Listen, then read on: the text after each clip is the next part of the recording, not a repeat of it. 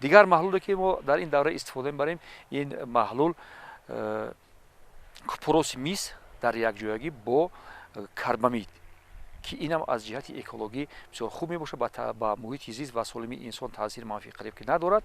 барои ҳамин ба муқобили касалиҳое ки дар боғу тог мавҷуд аст истифода бурдан мумкин аст. Инчунин зараррасонҳое ки дар зери пӯст тухм гузоштаанд ба инҳо ҳам зарари худро мерасонад. барои ҳамин бисёр ба манфиат мебошад истифода барои ин. Тарзи тайёр кардани купороси мис бо карбамид ин яъне ки вобаста ба синни соли, инам ба синни соли дарахт мебошад. дарахтҳои ҷавонда 2% купороси мис, яъне ки дар 100 литр обда 2 килограмм купороси мисад дар оби ҳарораташ то 40 дараҷара гарда ҳал кардан кор. барои он ки ин маҳсулоти препарати кристаллӣ мебошад, барои ҳал кардани ин тез ҳал шуданаш оби гармкунӣ тайёр кардан кор. Карбамида 5%, яъне ки дар 100 литр об, ҳаминам оби гарм, карбамид 5 килограмм карбамидро ҳал мекунед. ҳар ди маҳсулотҳоро якҷоя карда, препаратҳоро якҷоя карда, баъд ҳамина дар боғот